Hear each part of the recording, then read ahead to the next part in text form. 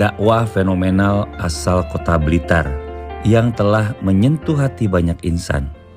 Uangnya teko, saya ini jangan kamu jadikan panutan. Ndonga, njaluk ning Gusti Allah.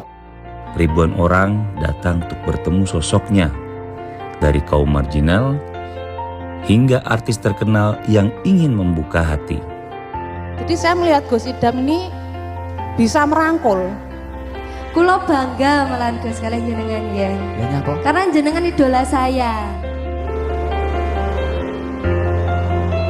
Hal itulah yang menggiring saya untuk menemui langsung sosok Gus Idam di tanah kelahirannya, Blitar.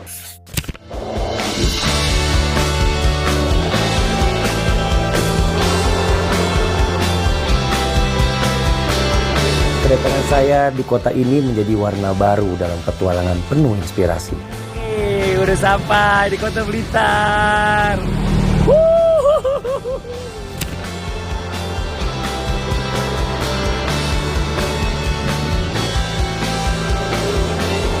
Menempuh perjalanan jauh untuk melihat lebih dekat sosok Gus Idam yang berhasil memeluk berbagai kalangan demi meraih ridho yang Maha Pengampun.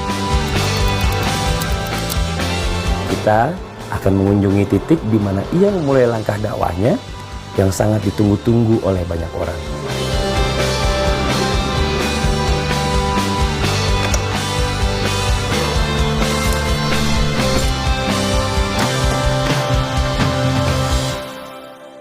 Assalamualaikum. Waalaikumsalam Mas Heri. Masya Allah Gus, sehat? Sehat ya?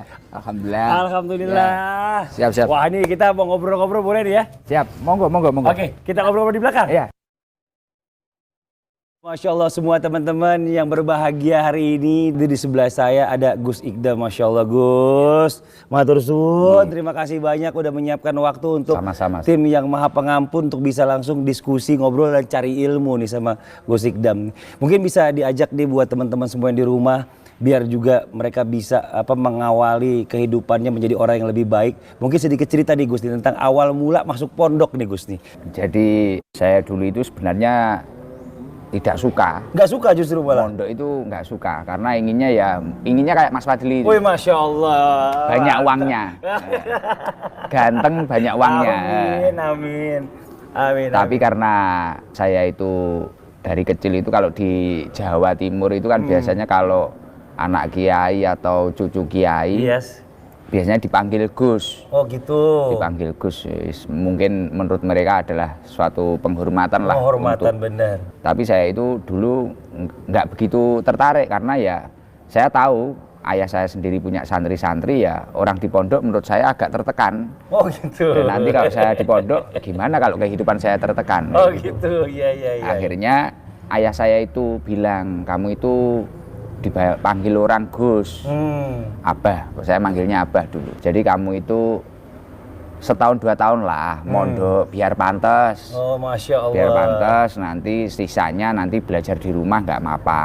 Terus akhirnya ya udah, nanti kalau saya mondok dikasih apa, Bah? Wih mantap. Kita masih harus ada ini ya, bergeningnya ya. Feedbacknya. Belum ikhlas kita. Belum ikhlas. Akhirnya saya berangkatlah dan akhirnya saya mondok di Kediri.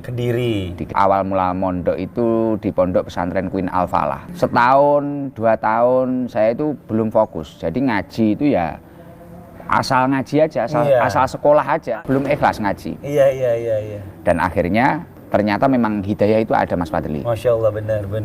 Jadi saya itu setahun 2 tahun masih berpikir tentang masalah janjinya ayah saya.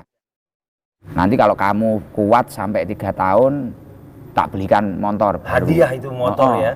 Karena saya memang agak suka dulu, motor itu suka. Wah mantap, Masya hobi. Allah. Bahkan dulu saking seneng saya sama motor itu ketika ada santri-santri mondok, saya bersih-bersih motor, terus Gus Idam itu sama motor kok sayang sekali. Iya. Nah, tapi luar biasanya, ya mungkin ada unsur barokah ya. Masya Allah. Di tahun ketiga, tiba-tiba kiai saya, Kiai Munif Jazuli, itu gerah, sakit. Oh sakit? Sakit, dan saya itu merasakan, saya itu selama mondok hampir 3 tahun nggak pernah sungkem. Jadi santri mondok 3 tahun, nggak pernah sungkem kiainya, salim, sungkem itu salim. Terus saya ini berpikir, ya Allah, mondok saya ini gimana ya, saya ini nanti ilmunya manfaat apa enggak ya. Tiba-tiba ada pikiran seperti itu.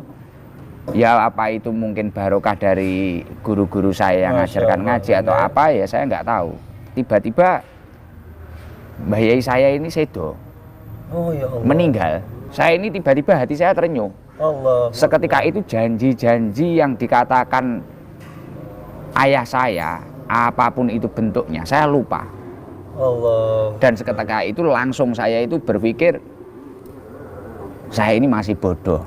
Saya ini ilmu agama sangatlah rendah, saya ini sangatlah tidak pantas untuk dipanggil Gus, saya ini tidak pantas menjadi cucu dari kakek saya seorang kiai, menjadi anak orang tua saya, abah saya, dan ibu saya. Akhirnya saya itu sampai telepon kakak saya.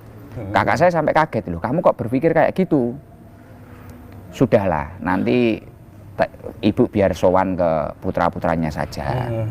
Pokoknya kamu baik-baik saja di pondok. Lah akhirnya setelah itu saya nggak pengen pulang, padahal tadi kan rencananya 3 tahun tadinya ngejar mau pulang. motornya itu loh, Ngejar motornya, ngejar hadiahnya, ngejar bonusnya itu tadi.